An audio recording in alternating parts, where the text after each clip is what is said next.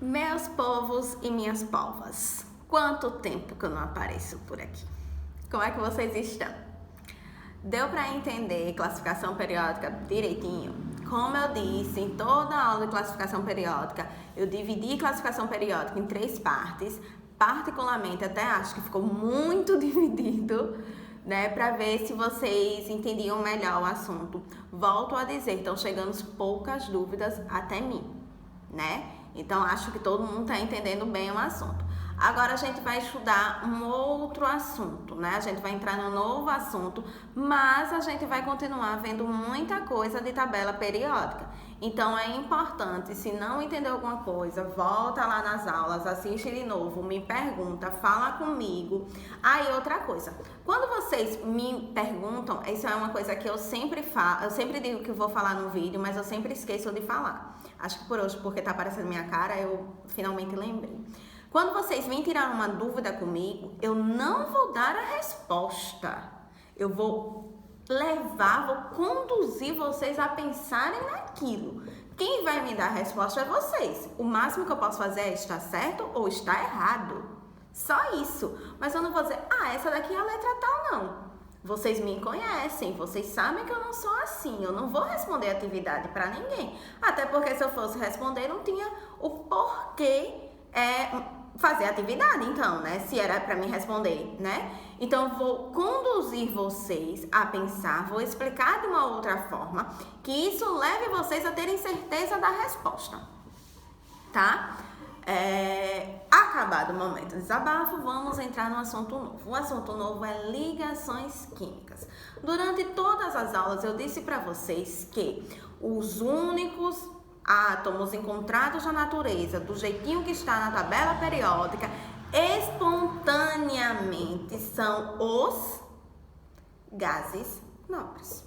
Eu sempre disse para vocês, os gases nobres, eles são os bambambãs da tabela periódica. Eles são os que todas as pessoas almejam, que todas as pessoas pensam. E por que eles são assim? Porque eles são eletricamente estáveis. Eles seguem uma teoria que é chamada de teoria do octeto, ou, para o hélio, teoria do dueto. E o que é isso? A teoria do octeto, ela diz que para um átomo ele ser estabilizado, ele precisa ter 8 elétrons na sua camada de valência. Ou seja, a camada de valência vai terminar em Ns2, Np6. 8 elétrons. E só quem tem isso são os gases nobres. Então, para um átomo ele ser estável, ele tem que ter esses 8 elétrons na camada de valência. Baseado nisso, né, os outros átomos, eles buscam alcançar essa estabilidade eletrônica. E para alcançar essa estabilidade eletrônica, eles fazem uso das ligações químicas. Existem 3 formas de ligações químicas. A primeira ligação química que nós vamos estudar é a ligação iônica. Olha o nome dela, ligação iônica. Então, é uma ligação que vai ter a formação de íons. E como ocorre a ligação iônica? A ligação iônica é a junção, é a ligação entre um metal que tem a tendência em perder elétrons e um ametal que tem a tendência a ganhar elétrons. Então, por perderem elétrons, esses metais eles são chamados de cátions e os ametais são chamados de ânions, porque eles ganham os elétrons. Muito simples, uma coisinha muito simples. Como é que eu faço para saber quantos elétrons ele vai ganhar, quantos elétrons ele vai perder? Olha a família dele. Se ele for da família 1A, ele tem que perder 1 elétron. Se ele for da família 2A, ele tem que perder 2 elétrons. Se ele for da família 3B, tem que perder 3 elétrons. E assim por diante. É só eu olhar a família que eu vou saber quantos elétrons ele precisa perder. E os ametais, quantos elétrons eles vão ter que ganhar? Olha a família deles. Se ele for da família 7A, ele precisa ganhar 1 elétron. Se ele for da família 6A, ele precisa ganhar 2 elétrons. Se ele for da família 5A, ele precisa ganhar 3. Se ele for da família 4A, ele precisa ganhar 4. Prestem atenção, porque os elementos da família 4A existem metais, existem ametais e existem não metais ali no meio. Então, você tem que saber identificar, ok? E quando eu tenho uma ligação iônica, eu tenho a formação de um composto iônico. O composto iônico, ele tem características peculiares. Por quê? Porque no composto iônico eu tenho a junção dos dois átomos, dos dois elementos, mas eles se juntam, eles trocam os elétrons, eles fazem ali o que eles têm que fazer com os elétrons e eles saem independente, eles saem em formas de íon, de cátio para um lado, de ânion para o outro lado. Lembrando, cátio perde elétrons, ânion ganha elétrons. Um exemplo de uma ligação iônica, cloreto de sódio, todo mundo tem em casa, sal de cozinha. No sal de cozinha eu tenho a ligação do sódio, Na, que está na família 1A, ou seja, tem um elétron na camada de valência.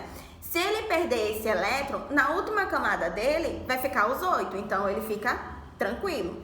E eu tenho o cloro, que está na família 7A, que tem 7 elétrons na camada de valência. Então, ele precisa ganhar um elétron.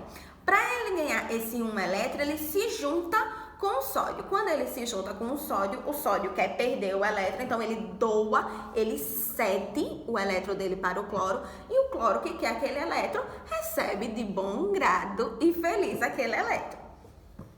Daí, eles vão se separar, né? É um casamento por interesse. Eles se casam, trocam os elétrons, um doa, o outro recebe o elétron, que é a ligação iônica, e depois eles se separam e vão viver como íons, vão viver livremente, certo? Então, isso é a ligação iônica. Na ligação iônica, eu não tenho a formação de uma substância, eu tenho a formação de um composto. E outra coisa, minha gente, se eu estou perdendo aquele elétron, eu vou deletar aquela camada, como é o caso do sódio. Por exemplo, vou fazer a distribuição eletrônica do sódio aqui embaixo. 1s2, 2s2, 2p6, 3s1. Ele vai perder esse elétron do nível 3 e do subnível S. Então, esse 3S vai sumir da distribuição dele. Com isso, vai ficar só os 8 elétrons da segunda camada. Então, por isso que ele entra na teoria do octeto, certo? Na ligação, mais uma vez, na ligação iônica, que é uma ligação de um metal com uma metal, que o metal ele quer perder o elétron e que o metal ele quer ganhar o elétron, eu tenho a formação de íons, eu tenho a formação de um composto iônico. Diferente da próxima ligação que nós vamos falar, que é a ligação covalente. E o que é uma ligação covalente? Ligação covalente é a ligação que existe entre os não metais e o hidrogênio. Então, os metais não vão participar. Ah, professora, mas você disse os não metais. Os ametais participam? Os ametais não são não metais? Não são? Então, eles participam também. Então, vou ter a participação de não metais e do hidrogênio. Percebam, gases nobres não fazem ligação química. Então, vou ter ligação covalente, que é a ligação dos não metais com o hidrogênio. E como é a ligação covalente? A ligação covalente, lembram que eu disse que a ligação iônica era um casamento por interesse? A ligação covalente, ela é um casamento por amor. Então, eu vou ter os dois elementos, eles vão se unir, eles vão se juntar e eles vão permanecer unidos, porque eles não têm interesse em dividir os elétrons. Eles têm interesse em compartilhar os elétrons. Então, eles querem ficar ali, juntinhos, abraçadinhos, forever, certo? E como é que isso é feito? O elétron na ligação covalente, ele não vai pertencer a um ou vai pertencer a outro. O elétron é como se fosse o filho no casamento. O filho não é filho somente do pai ou filho somente da mãe. O filho é dos dois. O filho, ele pode ter mais afinidade, mais abertura para falar com o pai ou com a mãe. Mas ele não vai deixar de ser filho do outro, do cônjuge. Certo? O elétron, ele é assim. O elétron, ele pode ficar mais próximo de um elemento ou mais próximo de outro. Mas ele nunca, eu tô dizendo nunca, ele nunca vai ser somente de um ou somente do outro. Existe um compartilhamento de elétrons. E por existir um compartilhamento de elétrons, quando eles se separam, cada um sai com seu cada qual. Quando eles se separam, os elétrons que ele trouxe para a relação continua com ele, os elétrons que o outro trouxe para a relação continua com ele. Então, eu não tenho uma divisão de elétrons, eu não tenho um compartilhamento de elétrons, eu não tenho uma doação de elétrons, o que eu tenho é um compartilhamento de elétrons. Enquanto eles estão juntos, os elétrons estão juntos, os elétrons são dos dois. Se eles se separam, os elétrons não serão mais dos dois, cada um terá os seus elétrons, diferentemente. E por isso eu tenho a formação de uma substância química, de uma substância molecular. E o que é essa substância? Qual a diferença dessa substância molecular? A diferença é que essa substância molecular, ela vai ter características próprias. E como seriam essas características? Eu tenho propriedades químicas e propriedades físicas bem definidas. Por exemplo, não condução de eletricidade. Uma substância molecular proveniente de uma ligação covalente não conduz eletricidade, até porque ela não pode ter metais. Se quem conduz eletricidade é metais e eu vou fazer uma substância com quem não é metal, logo essa substância não vai conduzir eletricidade. Só que eu tenho um ponto de fusão e de ebulição elevados e determinados. Eu consigo determinar o ponto de fusão e o ponto de ebulição, porque eu tenho justamente essa junção de elementos. Eu tenho esse compartilhamento de elétrons. Os elementos eles vão ficar ali juntinhos, grudadinhos, certo? E repara, enquanto a ligação iônica é o casamento por interesse, a ligação covalente é o casamento por amor, eu ainda tenho dois casos de ligação covalente. Eu tenho a ligação covalente simples, que é simples ou normal, eu sempre esqueço de falar isso. Simples ou normal. Que o que é isso? Cada um entra com uma quantidade certa de elétrons, ou seja, você entra precisando de um fluoreto de hidrogênio. Então, eu tenho o flúor e tenho o hidrogênio. O hidrogênio, ele precisa ganhar um elétron. Ele precisa de mais um elétron, né, para compartilhar e formar a teoria do dueto.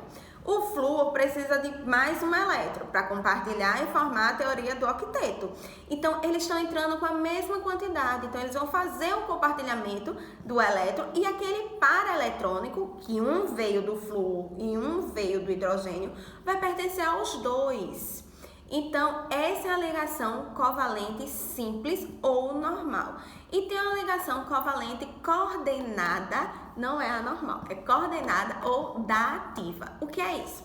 A ligação covalente coordenada ou dativa é quando um elemento ele já está completo, ele já fez a ligação dele, ele já está completo, mas ele vê que alguém está precisando dele. Então, ele vai olhar, olha que bonitinho, olha como isso seria lindo se fosse com nós seres humanos, se nós fôssemos assim o tempo todo como os átomos. Por isso que a química é linda, minha gente.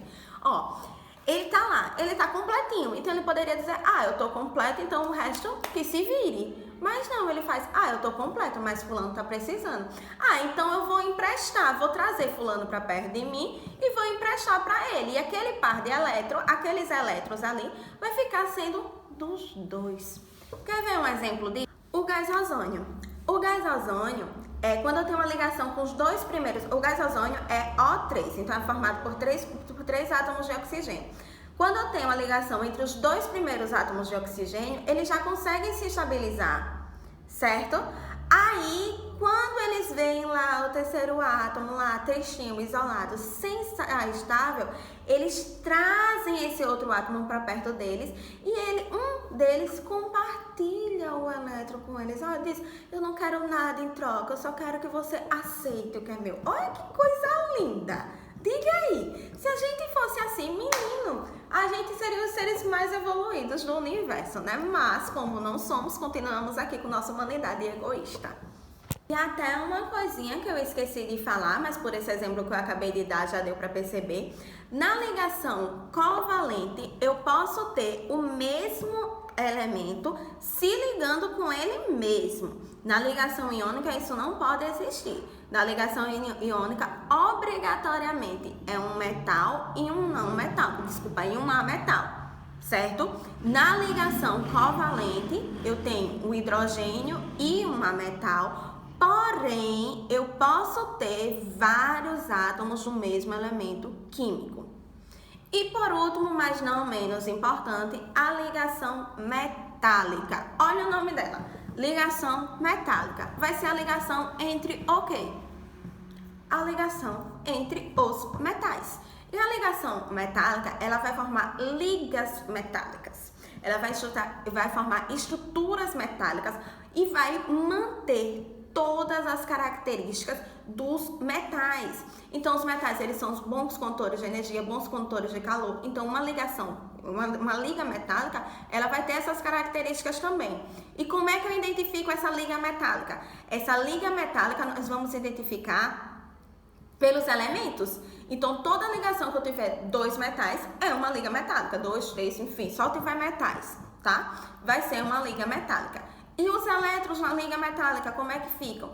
A liga metálica é parecida com a ligação covalente. Os elétrons, eles vão fazer parte ali do todo. Também é uma relação de amor. Todo mundo, ou é de todo mundo se ajuda, todo mundo tá ali pertinho um do outro, certo?